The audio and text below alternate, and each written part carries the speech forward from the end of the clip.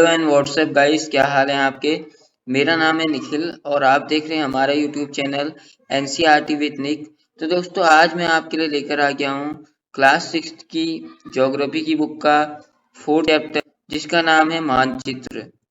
तो दोस्तों, आज हम जानने वाले हैं मेनली मानचित्र के बारे में कि मानचित्र क्या होता है। आपने दोस्तों अपने स्कूलों में या फिर स्टडी रूम में, लाइब्रेरी में आपने दोस्तों मानचित्र को देखा होगा। तो उसके बारे में आज हम यहाँ डिटेल में जानने वाले हैं। तो दोस्तों, वीडियो थोड़ी सी लंबी हो सकती है, लेकिन अगर वीडियो लंबी भी हो जाएगी तो इसे पूरी देखिएगा, क्योंकि दोस्तों जब तक आप चैप्टर को कंप्लीट नहीं देखेंगे आपके समझ में नहीं आएगा चैप्टर। तो दोस्तों, बिना किसी देरी के चैप्टर को शुरू कर लेते हैं। तो चलिए शुरू करते हैं चैप्टर मानचित्र को। ठीक है, आप पिछले अध्याय में ग्लोब के महत्व के बारे में पढ़ चुके हैं। ग्लोब में अध्ययन की कुछ सीमाएं होती हैं। जब हम पृथ्वी का अध्ययन करना चाहते हैं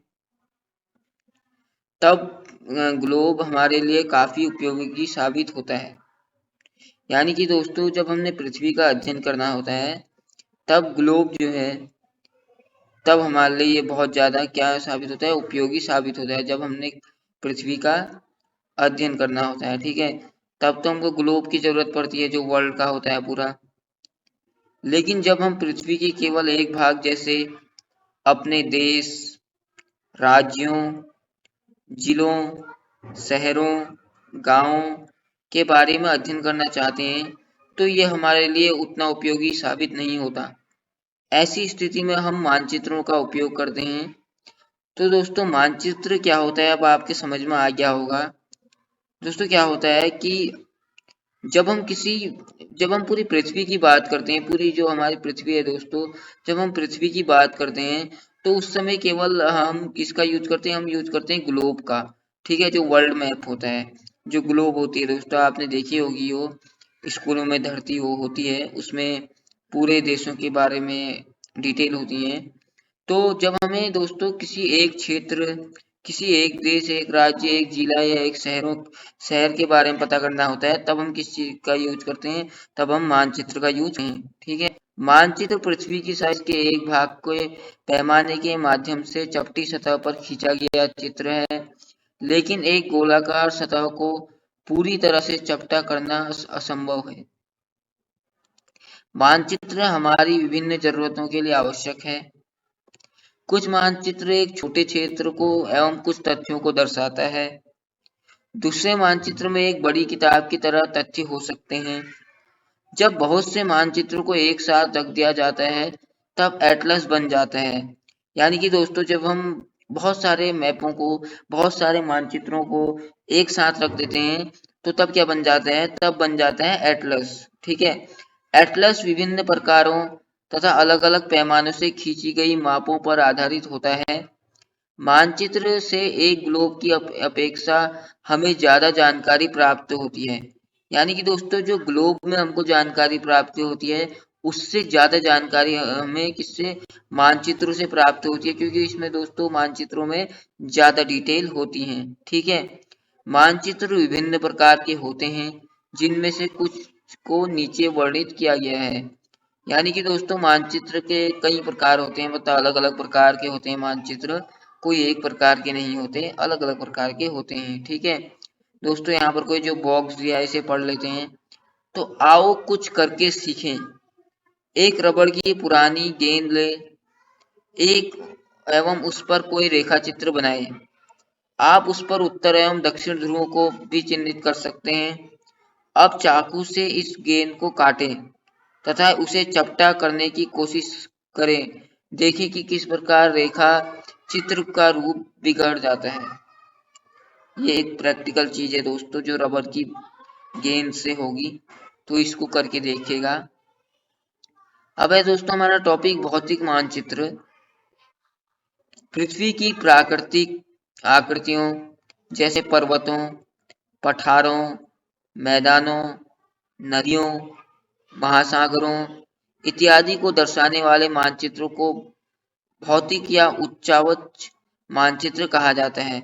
यानी कि दोस्तों अगर क्वेश्चन आता है एग्जाम में कि भौतिक मानचित्र किसे कहा जाता है, तो दोस्तों भौतिक मानचित्र हम किसे कहते हैं कि पृथ्वी की पृथ्वी की प्रकृति के बारे में बात करता है।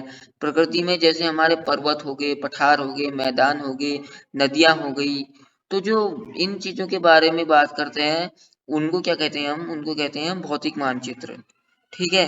अब दूसरा टॉपिक आता है दोस्तों हमारा राजनीतिक मानचित्र। राजनीतिक मानचित्र में क्या आता है दोस्तों, जो मानचित्र राज्यों, नगरों, शहरों, गांवों, विश्व के विभिन्न देशों व राज्य तथा उनकी सीमाओं को दर्शाने वाले मानचित्र को राजनीतिक मानचित्र कहते हैं। तो समझ में आ गया होगा दोस्तों आपके राजनीतिक मानचित्र कौन से होते हैं, जो राज्य, नगर, शहरों, गांवों को दर्शाते हैं। ठीक है। तो ये हमारे दो टाइप के मानचित्र हो गए दोस्तों, एक भौतिक मानचित्र और एक राजनीतिक मानचित्र। ठीक है। अब आते हैं अपने नेक्स्ट टॉपिक पे। तो एक है आपका यहाँ पर को टॉपिक थीमेटिक मानचित्र। आज आपने इसका नाम पहली बार सुना होगा दोस्तों, मानचित्र के टाइप का थीमेटिक मानचित्र। तो क्या होता है दोस्तों, कुछ मानचित्र विशेष जानकारियां प्रदान करते हैं। जैसे कुछ मानचित्र क्या करते हैं दोस्तों, विशेष जानकारियां प्रदान करते हैं। जैसे सड़क मानचित्र, वर्षा मानचित्र, वन तथा उद्योगों आदि के वितरण दर्शाने वाले मानचित्र इत्यादि। इस प्रकार के मानचित्र को थीमेटिक मानचित्र कहा जाता है। यानी कि दोस्तों जो मानचित्र अपने साथ कुछ विशेष जानकारियां हमें प्रदान करते हैं, जैसे कि सड़क का मानचित्र, वर्षा मानचित्र, वन व उद्योग को दर्शाने वाले मानचित्र, तो इन मानचित्रों को दोस्तों हम क्या कहते हैं, इन मानचित्रों को हम कहते हैं थीमेटिक मानचित्र। ठीक है दोस्तों। इन मानचित्रों में दी गई सूचना के आधार पर उनका उचित नामकरण किया गया है। मानचित्र के 3 घटक हैं, दूरी, दिशा और प्रतीक। ठीक है दोस्तों, ये भी काफी इंपॉर्टेंट पॉइंट है कि मानचित्र के कितने घटक हैं। तो दोस्तों मानचित्र के मेनली 3 घटक हैं, दूरी, दिशा और प्रतीक। ठीक है। सबसे पहले बात करते हैं हम दूरी की, यानी कि डिस्टेंस की। मानचित्र एक आरेखन होता है जो कि पूरे विश्व या उसके एक भाग को छोटा कर कागज के एक पन्ने पर दर्शाता है। मतलब क्या होता है, मानचित्र दोस्तों एक आरेखन होता है जो विश्व, राज्य के मतलब पूरे टोटल भागों को एक छोटे से कागज के एक पन्ने में छोटे से भाग में दर्शा देता है। ठीक है। या कह सकते हैं कि मानचित्र छोटे पैमाने पर खींचे जाते हैं, लेकिन इसे इतनी सावधानी से छोटा किया जाता है ताकि स्थानों के बीच की दूरी वास्तविक रहे। यह तभी संभव हो सकता है जब कागज पर एक छोटी दूरी स्थल की बड़ी दूरी को व्यक्त करती हो। इसलिए इस उद्देश्य के लिए एक पैमाना चुना जाता है। पैमाना स्थल पर वास्तविक दूरी तथा मानचित्र पर दिखाई गई दूरी के बीच का अनुपात होता है। उदाहरण के लिए आपके विद्यालय एवं आपके घर के बीच की दूरी 10 किलोमीटर है। ठीक है, जिसे मानचित्र पर 2 सेंटीमीटर की दूरी से व्यक्त किया गया है। इसका अभिप्राय है कि मानचित्र का 1 सेंटीमीटर स्थल के 5 किलोमीटर को दर्शाएगा। ठीक है, यानी कि 1 सेंटीमीटर जो है मानचित्र का, वो किसी स्थल के 5 किलोमीटर के क्षेत्र को दर्शाएगा। ठीक है। आपके रेखा चित्र का पैमाना होगा 1 सेंटीमीटर इक्वल टू 5 किलोमीटर। यानी कि दोस्तों 1 सेंटीमीटर बराबर कितना, 5 किलोमीटर। ठीक है। इस प्रकार पैमाना किसी भी मानचित्र के लिए बहुत महत्वपूर्ण होता है। अगर आपको पैमाने की जानकारी है तो आप मानचित्र पर दिए गए किसी भी 2 स्थानों के बीच की दूरी पता लगा सकते हैं। ठीक है। इसके अलावा जब बड़े-बड़े क्षेत्रफल वाले भागों जैसे महाद्वीपों या देशों को कागज पर दिखाना होता है, तब हम लोग छोटे पैमाने का उपयोग करते हैं। उदाहरण के लिए मानचित्र पर 5 सेंटीमीटर स्थल के 500 किलोमीटर को दर्शाता है। इसके छोटे पैमाने वाला मानचित्र कहते हैं।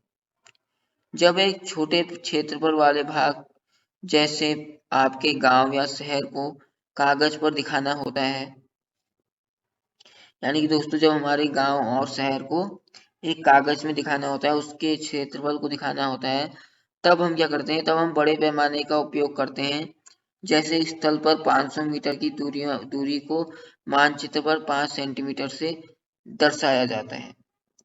इस प्रकार के मानचित्र को बड़े पैमाने वाला मानचित्र कहते हैं। बड़े पैमाने वाले मानचित्र छोटे पैमाने वाले मानचित्रों की अपेक्षा अधिक जानकारी प्रदान करते हैं। यानी कि दोस्तों मैप अलग अलग साइज के होते हैं, एक छोटे वाले होते हैं, एक बड़े वाले होते हैं। तो दोस्तों जो मैप है वो छोटे वाले, वो तो दोस्तों चीज़ों को उतनी डिटेल वाइज नहीं दिखा पाते, लेकिन जो बड़े मैप होते हैं दोस्तों, उनमें ज़्यादा जगह होने के कारण चीज़ें जो है दोस्तों हमें डिटेल में देखने को मिलती हैं।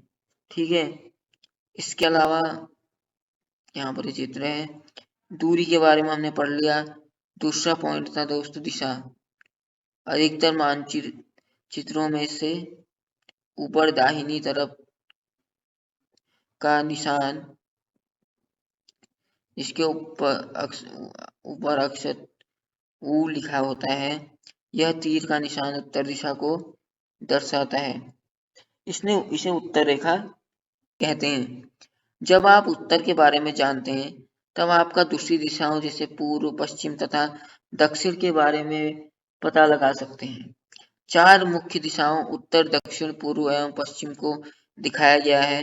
वे प्रधान दिग्बिंदु हैं। बीच की 4 दिशाएं हैं उत्तर पूर्व, दक्षिण पूर्व, दक्षिण पश्चिम पूर्व, उत्तर पश्चिम पूर्व। इसके अलावा दोस्तों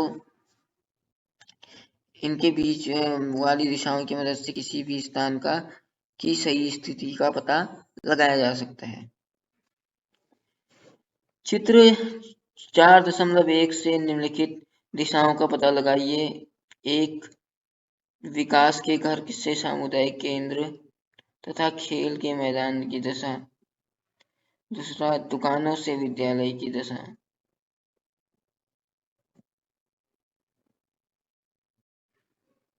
ठीक है दोस्तों, अब आते हैं अपने नेक्स्ट टॉपिक्स पे। हम दिक् सूचक की सहायता से किसी स्थान की दिशा का पता लगाते हैं। दोस्तों हम किस चीज़ का यूज करते हैं, दिक् सूचक यंत्र का यूज करते हैं किसी भी स्थान का पता लगाने के लिए। प्राचीन समय में करते थे, अब तो नहीं करते हैं। खैर पुराने टाइम में दोस्तों ये दिशा सूचक, दिक् सूचक यंत्र जो था ये काफी ज्यादा महत्वपूर्ण था और इसका यूज बहुत सारे लोग किया करते थे। यह एक यंत्र है जिसकी सहायता से मुख्य दिशाओं का पता लगाया जाता है। यानी कि दिक्सूचक क्या है दोस्तों, ये एक यंत्र है, दिक्सूचक यंत्र, जिससे जो है दोस्तों अलग अलग के दिशाओं के बारे में जानकारी ली जाती है। ठीक है, इसकी चुंबकीय सुई की दिशा हमेशा उत्तर दक्षिण दिशा में होती है। और इसकी एक फैक्ट वाली बात है, ये जो दिक्सूचक यंत्र होता है, इसकी जो चुंबकीय सुई वाली दिशा होती है वो हमेशा उत्तर दक्षिण दिशा में की ओर ही होती है। ठीक है, अब बात करते हैं दोस्तों कुछ प्रतीकों के बारे में। प्रतीक के बारे में, यह किसी भी मानचित्र का तीसरा प्रमुख घटक है। किसी भी मानचित्र पर वास्तविक आकार एवं प्रकार में विभिन्न आकृतियों जैसे भवनों, सड़कों, पुलों व वृक्षों, रेल की पटरियों या कुएं को दिखाना संभव नहीं होता है। इसलिए वे निश्चित अक्षरों, छायाओं, रंगों, चित्रों तथा रेखाओं का उपयोग करके दर्शाए जाते हैं। ये प्रतीक कम स्थान में अधिक जानकारी प्रदान करते हैं। यानी कि दोस्तों जो ये प्रतीक मिले हैं ये क्या करते हैं, कम स्थान में होते हुए भी बहुत सारी हमें डिटेल देते हैं। दोस्तों प्रतीकों से हमें कई सारी जानकारियां देखने को मिलती हैं। इन प्रतीकों के इस्तेमाल के द्वारा मानचित्र को आसानी से खींचा जा सकता है। इनका अध्ययन करना काफी ज्यादा आसान होता है। अगर आप एक क्षेत्र की भाषा नहीं जानते हैं तथा आप किसी से दिशाओं के बारे में नहीं पूछ सकते हैं, तब आप इन चिन्हों की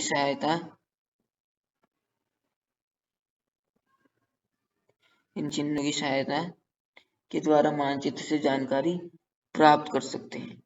जिनके द्वारा, सिंबल्स यानी कि चिन्हों के द्वारा। ठीक है दोस्तों, मानचित्रों की एक विश्वव्यापी भाषा होती है दोस्तों। जो मानचित्र होते हैं इनकी एक अपनी विश्वव्यापी भाषा होती है जिसे सब आसानी से समझ सकते हैं, और ये लैंग्वेज भी इसलिए बनाते हैं ऐसी जिसको सब लोग आसानी से समझ सके मानचित्र को। ठीक है, इन प्रतीकों के उपयोग के संबंध में एक अंतर्राष्ट्रीय सहमति है। मतलब इन ये जो मानचित्र द्वारा जानकारी प्राप्त की जाती है इनके खिलाफ दोस्तों एक विश्वव्यापी भाषा होती है जिसे सभी आसानी से क्या कर लेते हैं, समझ लेते हैं। ठीक है, रूढ़ प्रतीक कहे जाते हैं। इन प्रतीकों के उपयोग से संबंध में एक अंतर्राष्ट्रीय सहमति है। ये रूढ़ प्रतीक कहलाते हैं, यानी कि दोस्तों इस टाइप के प्रतीकों क्या होते हैं, हम रूढ़ प्रतीक कहते हैं, क्योंकि इनसे हम ये हमारे लिए काफी ज्यादा ऐतिहासिक है और काफी ज्यादा चीजें यहाँ से हमें जानने को मिलेंगी और मिल सकती हैं अभी भी। ठीक है, कुछ रूढ़ प्रतीक चिन्ह 4.3 में दर्शाए गए हैं। सॉरी दोस्तों, यहाँ कट हो चुका है, वो गलती से उधर टच हो गया था। तो किया जाता है, उदाहरण के लिए सामान्यतः नीले रंग का इस्तेमाल जलाशयों, भूरा रंग पर्वतों, पीला रंग एवं पठारों और हरा रंग मैदानों को दर्शाने के लिए किया जाता है। और दोस्तों ये जो प्रतीक होते हैं मैप में, जो ये प्रतीक चिन्ह बनाए जाते हैं इनके अपने अलग महत्व होते हैं बहुत सारे, क्योंकि दोस्तों इन प्रतीक चिन्हों के वजह से अलग अलग प्रतीक दिए जाते हैं। जैसे दोस्तों अगर मैप में आपने देखा होगा कि नीले रंग के कुछ ऐसे भी, ये कभी ट्रायंगल या कभी सर्कल, आपने ये वाली शेप देखी होंगी मैप में जरूर। तो ये क्या होता है, अगर दोस्तों आपको कोई सर्कल में ब्लू कलर दिख रहा है तो इसका मतलब है कि उस क्षेत्र में काफी मात्रा में जलाशय है। ठीक है, कहीं भूरा रंग दिख रहा है तो वो देखिए पर्वतीय क्षेत्र है, कहीं पीला रंग दिख रहा है तो पठार वाला, और हरा रंग दिख रहा है तो मैदानों को दर्शाने के लिए इन प्रतीक चिन्हों का यूज किया जाता है, मतलब अलग अलग क्षेत्रों को दर्शाने के लिए।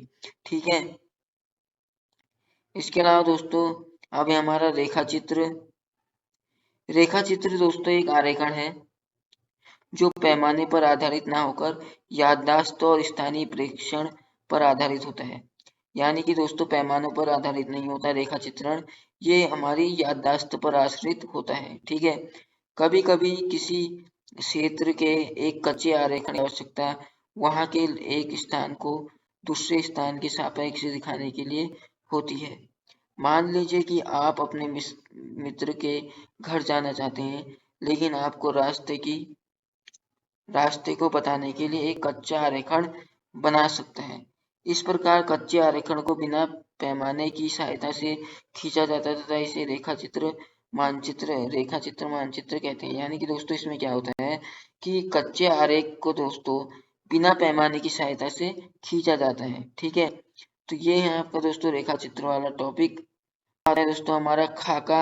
आखिर खाका होता क्या है, तो दोस्तों क्या होता है कि एक छोटे क्षेत्र का बड़े पैमाने पर खींचा गया रेखा चित्र खाका कहा जाता है। यानी कि दोस्तों खाका किसे कहते हैं हम, कि जो कोई छोटे क्षेत्र, जैसे मतलब मान लीजिए दोस्तों कोई छोटे क्षेत्र होते हैं, जो जो छोटे क्षेत्र होते हैं उनके पैमाने को उनके पैमाने पर खींचा गया एक बहुत बड़ा रेखा चित्र क्या कहलाता है, खाका कहलाता है। ठीक है दोस्तों, एक बड़े पैमाने वाले मानचित्र से हमें बहुत सी जानकारियां प्राप्त होती हैं। दोस्तों जो बड़े पैमाने वाला मानचित्र होता है, जो साइज में बड़ा होता है, उससे हमें क्या मिलती है, बहुत सारी जानकारियां मिलती हैं। लेकिन कुछ ऐसी चीजें होती हैं जिन्हें हम कभी भी जानना चाहते हैं, कभी कभी जानना चाहते हैं, जैसे किसी कमरे की लंबाई चौड़ाई। ठीक है दोस्तों, और कुछ कुछ चीजों को तो दोस्तों हम हमेशा के लिए जानना चाहते हैं, बहुत ज्यादा उत्सुक रहते हैं, इंटरेस्टेड रहते हैं। लेकिन कई सारी चीजें ऐसी होती हैं दोस्तों जिन्हें हमारा जानने का मन नहीं करता। जैसे उनमें क्या आता है कि किसी कमरे में अगर आप बैठे हो तो कमरे की लंबाई चौड़ाई इस जिसे मानचित्र में नहीं दिखाया जा सकता है, उस इन चीजों को दोस्तों इसमें नहीं दर्शाया जाता। ठीक है, उस समय हम लोग बड़े पैमाने वाला एक रेखा चित्र खींच सकते हैं जिसे खाका कहा जाता है। तो खाका क्या होता है दोस्तों, बड़े पैमाने वाला एक रेखा चित्र। तो इस तरीके से दोस्तों आपका चैप्टर यहाँ पर कंप्लीट हो गया है। अब एक बार देख लेते हैं हमने कौन कौन से टॉपिक आज चैप्टर में पढ़े हैं मानचित्र वाले में, ताकि आपको और अच्छी तरीके से समझ में आ सके। तो सबसे पहले दोस्तों आज जो है हमने चैप्टर कौन सा पढ़ा, मानचित्र वाला, जिसमें हमने जाना दोस्तों मानचित्र होता क्या है। मानचित्र क्या होता है दोस्तों, किसी देश किसी क्षेत्र जो होता है दोस्तों उसके शहरों गांवों के बारे में अध्ययन, जिसको मतलब मानचित्र क्या होता है दोस्तों, बहुत बड़े विस्तृत क्षेत्र को एक पन्ने में एक छोटे से कागज में सेटल कर देता है, जिससे हम उसको समझ पाते हैं। ठीक है दोस्तों। इसके अलावा हमने जाना दोस्तों कि भौतिक मानचित्रों के टाइप, कि भौतिक मानचित्र क्या होता है।